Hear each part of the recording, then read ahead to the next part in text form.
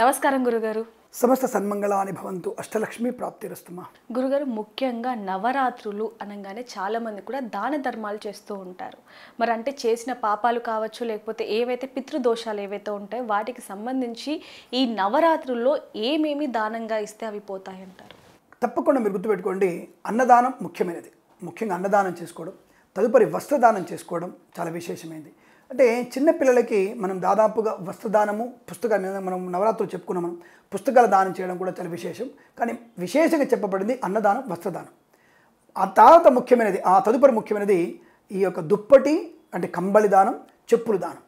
ఈ పదార్థాలు, ఈ వస్తువులు దానం చేసినట్టయితే మన పూర్వజన్మలు చేసినటువంటి పాపకర్మ దోషం తొలగిపోయి పుణ్య ఫలితాన్ని పొందుకునేటువంటి అవకాశం ఉంటుంది. వీలైనంతవరకు ఇది దానం చేయండి.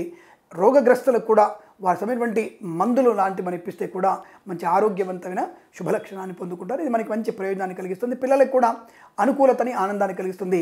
విద్యా సంపన్నత కూడా బాగా ఉంటుంది. గురుగారు, ముఖ్యంగా నవరాత్రులు అనగానే చాలామంది వాళ్ళు చేసిన పాపాలు పోవటానికి బ్రాహ్మణులకి బియ్యం, కూరగాయలని, ఉప్పు, పప్పుల్ని ఇస్తూ ఉంటారు. అవి ఎంతవరకు ఇవ్వాలి అంటారు? ఎందుకంటే కొంతమంది చూసుకుంటే ఓన్లీ పిడికెడు బియ్యం, లేదంటే 2 ఉల్లిపాయలు, 2 పచ్చిమిర్చి, 2 టమాటా ఇలా ఇస్తూ ఉంటారు. కానీ కొంతమంది పండితులు ఏం చెప్తూ ఉంటారు అంటే అలా కాదు ఇవ్వటం, కుటుంబానికి సరిపోయేలాగా లేదా ఒక్క పూటకి సరిపోయేలాగా ఇవ్వాలి. కానీ అడుక్కునే వాళ్ళకి అంటే భిక్ష అటాన చేసే వాళ్ళకి ఇచ్చినట్టుగా ఇవ్వకూడదు, దానికి ఇంకా పెద్ద పాపాన్ని మూట కొట్టుకుంటారు అంటూ ఉంటారు, మూట కట్టుకుంటారు అనేది. అందులో వాస్తవం ఉంది అంటారు? 100% వాస్తవం ఉంది. ఇప్పుడు ఒక బ్రాహ్మణుడు అంటే ఇక్కడ అప్రస్తుతమైన ఒక విషయం చెప్తాను మీకు. నేను చాలామంది సత్యనారాయణ చవితి అంటాం, ఏదన్నా ఇంకోటి నవగ్రహాల పూజ అంటాం. పంతులు గారికి లిస్ట్ ఇస్తాడు, తమలపాకులు, వక్కలు, ఖర్జూరాలు, గంధం, బియ్యం అని ఇస్తారు. ఇక్కడ తెచ్చే యజమానులు తెస్తారా, ఇచ్చేటువంటి షాపు వాడిస్తారో తెలియదు, కానీ పాడైపోయిన బియ్యము, పురుగు పట్టిన బియ్యము, నూకల బియ్యము, ఖర్జూర పళ్ళు అన్ని కూడా పాడైపోయిన ఖర్జూర పళ్ళు ఇవన్నీ ఇస్తారు. సరే, ఒక వస్త్రం అంటే ఒక చీకిపోయినటువంటి గుడ్డ లాంటివి ఇస్తారు. సరే, ఆ వస్త్రం వేస్తారు. సరే, హోమానికో బియ్యం దానికి చేసినప్పుడు ఆ బియ్యం తీసుకెళ్తుంటే అబ్బా అన్నీ అయ్యగారు దుబ్బుకెళ్ళిపోతానంటాడు. ఇప్పుడు నవగ్రహాల పూజ చేసిన తర్వాత ఆ బియ్యాన్ని ఎందుకు తినాలి మేము?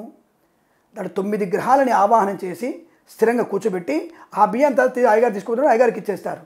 కానీ ఇచ్చినప్పుడు ధనము అది పాడైపోయి ఉంటుందిగా. దానికి పంచామృతాలు వేస్తారు, కుంకుమ వేస్తారు, పసుపు వేస్తారు, బుక్క గులాలు వేస్తారు, అన్నీ వేసేసి ఈగలు వాళ్తాయి, కొబ్బరి నీళ్ళు పడతాయి. అన్ని పడిన బియ్యాన్ని ఇంటికి తీసుకెళ్ళి ఆ భార్యకి ఇస్తే ఆ భార్య కడిగి వాటిని అన్నం వండి పెడుతుంది. అంటే మీరు చేసినటువంటి పాపగా ఏం చేస్తున్నారు? మయా కృతేన సర్వపాప ప్రయచ్ఛార్థం మమ జన్మ నక్షత్రవశాత్ నామ నక్షత్రవశాత్ నవగ్రహ పీడా పరిహారార్థం శనేచ గ్రహ పూజ కరిష్యే నవగ్రహ పూజాం కరిష్యే అని చెప్తారు కదా. ఇటువంటి పూజలు చేసి మీరు నవగ్రహాన్ని ఆవాహనం చేసి ఆ బియ్యాన్ని మా మీద పెడతారు. ఆ బియ్యాన్ని మా ఇంటికి తీసుకెళ్ళి మీరు ఇచ్చినటువంటి నవగ్రహాల బియ్యాన్ని మేము తింటాం. మరి ఆ బియ్యానికి అసలు మంచి బియ్యం ఇవ్వాలిగా. ఆ స్పృహ కూడా మీకు లేదా? లేదా తిన్న తర్వాత అంతలో పంతులు దొబ్బుకెళ్ళిపోతాడు రా. సరే, మేము 50 కిలోలు ఇచ్చావు, 100 కిలోలు ఇచ్చావు, మాకు పాడైపోయిన బియ్యాన్ని ఎవరు పోతే అవి ఒకవేళ పోగానే మేము పెట్టుకోము, అవి ఎండిపోయి పాడైపోయి ఈగలు వాలి అవి తర్వాత ఓ 5 రోజుల తర్వాత మావిడ కడిగి శుభ్రం చేసి మాకు అన్నం పెడితే అన్నం తింటాం. మేము నీ పాపాన్ని భుజిస్తున్నట్టుగా ఆ భుజించి మళ్ళీ మేము సంధ్య మార్చుకొని గాయత్రి జపం చేసుకుంటే పాప ఫలితం పోతుంది మాకు. అయితే పాపం అట్లా అంటుకుంటుంది మాకు. దానివల్ల కదా బాపనోడు ఎదుగుదల లేకుండా ఉంది. అందరూ ఓహో బాపనోడు బాగా పెరిగిస్తున్నాడు, బాపనోడు బాగా డబ్బులు సంపాదిస్తున్నాడు అంటే భావన ఎక్కువగా ఉంటుంది. కాబట్టి ఇక్కడ మీరు అడిగిన ప్రశ్నకి అటువంటి మనం పూజ చేసేటువంటి బియ్యము కానీ పదార్థాలు కానీ చాలా జాగ్రత్తగా ఇచ్చి ఆ పీఠ మీద పాడైపోతాయి కదా, దాని నిమిత్తంగా మరొక 2 కేజీల బియ్యం, ఒక 1/4 కిలో కందిపప్పు ఇచ్చేసి అయ్యా బియ్యం పాడైపోయినాయి, ఇవితో పాటు ఇవి తీసుకెళ్ళండి అంటే బ్రాహ్మణుడు సంతోషపడతాడు. ఇప్పుడు మీరు అడిగిన ప్రశ్నకి సమాధానం పిడికెడి బియ్యం ఇవ్వడానికి కాదండి, ముష్టివాడు కాదాయన. మీకు బ్రాహ్మణుడు వచ్చేసి ఆశీర్వచనాన్ని ఇస్తాడు. అంటే మీ ఇంట్లో ఐశ్వర్యము, పిల్లా పాపలతో సుఖజీవనాన్ని పొందడానికి, ఐశ్వర్య ప్రాప్తికి, గృహయోగానికి ఆయన చల్లటి వేద మంత్రాలతో మిమ్మల్ని ఆశీర్వదించేటువంటి మహత్తుగైనటువంటి బ్రాహ్మణుడు. అటువంటి వాడికి కుటుంబ పోషణ కొరకు మీరు అయినటువంటి 4 వ్యక్తులకి సరిపడేటువంటి బియ్యము, పప్పు, ఉప్పు, నెయ్యి అవన్నీ కూడా బ్రాహ్మణుడికి, కాయకూరలు, ఆకుకూరలు, పెరుగు, పాలు, నెయ్యి ఇవన్నీ కూడా పదార్థాలు తప్పకుండా బ్రాహ్మణుడికి దానంగా ఇవ్వడం వల్ల మీకు దాన పుణ్య ఫలం కలుగుతుంది.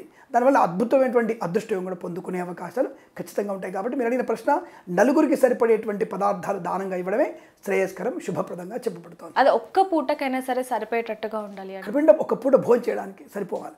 అయితే గురుగారు, ముఖ్యంగా తెలంగాణలో చూసుకుంటే నవరాత్రులు అంటే విజయదశమి అనగానే పెద్దలకి పెడుతూ ఉంటారు, అంటే చనిపోయిన వాళ్ళకి. సో చనిపోయిన వాళ్ళకి అసలు ఏ రోజు పెట్టాలి అంటారు? కార్యక్రమాలు ఏ విధంగా ఉంటాయి? ఒకటి గుర్తుపెట్టుకోండి, భాద్రపద మాసంలోనే అయిపోతాయి. ఎందుకంటే పెద్దలకు బియ్యం ఇచ్చేది, పెద్దలకి తర్పణాలు పిండాలని కూడా భాద్రపద అమావాస్యకి లాస్ట్ అయిపోతాయి. కానీ కొంతమంది మర్చిపోవడమో లేకపోతే ఇంకొక కార్యక్రమం ఉండడమో లేకపోతే మైల రావడమో పురుడు రావడమో ఆ 15 రోజులు చేయలేకపోని చెప్పేసి ఏ రోజు ఇస్తే మంచి అని చెప్పేసి దసరా రోజు మంచిదే కదా, అమ్మవారి పండుగ రోజు అయ్యగారికి పంతులు గారికి ఇస్తే మంచిది అని చెప్పేసి ఆ భావనతో వాళ్ళందరూ కూడా దసరా రోజు ఇచ్చేటువంటి సంప్రదాయం కూడా కొంత తెలంగాణ ప్రాంతంలో ఉంది. కాబట్టి దసరా రోజు కూడా అటువంటి తిలతర్పణ వదిలిపెట్టుకొని తిలతర్పణ ఇచ్చేసి భోజన పదార్థాలు పెట్టుకోవడం ఇవ్వడం అనేది శాస్త్రంలో చెప్పబడింది. అది ఇవ్వడానికి బ్రాహ్మడికి ఇవ్వడం విశేషంగా చెప్పబడింది, ఇస్తుంటారు కూడా, అది మంచిదే. అంటే పితృదేవత అనుగ్రహాన్ని పొందడానికి మధ్యాహ్నం పూట ఇస్తే ఇంకా మంచిది, శుభం కలుగుతుంది. గురుగారు, విజయదశమికి సంబంధించి అనేక ప్రశ్నలకి చాలా చక్కగా అందరికీ అర్థమయ్యేలాగా వివరించారు. ధన్యవాదాలు గురుగారు. అఖండ లక్ష్మీ ప్రాప్తిరస్తు.